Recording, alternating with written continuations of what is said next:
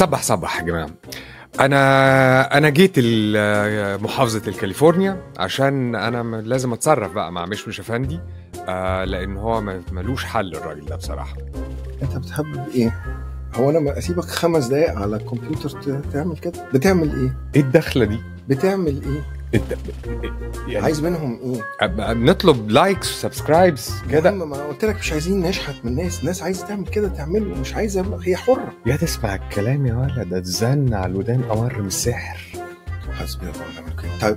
طب يا جماعة، عشان ده بصوا ده جه لحد هنا ودخل على الكمبيوتر بتاعي. حصل. اعملوا له لايك وسبسكرايب وانتراكت وديسلايك تفاعلوا يا جماعة، تفاعلوا. ابوس ايديكم عشان اخلص منه لو سمحت. انا همشي كده خلاص. شكرا.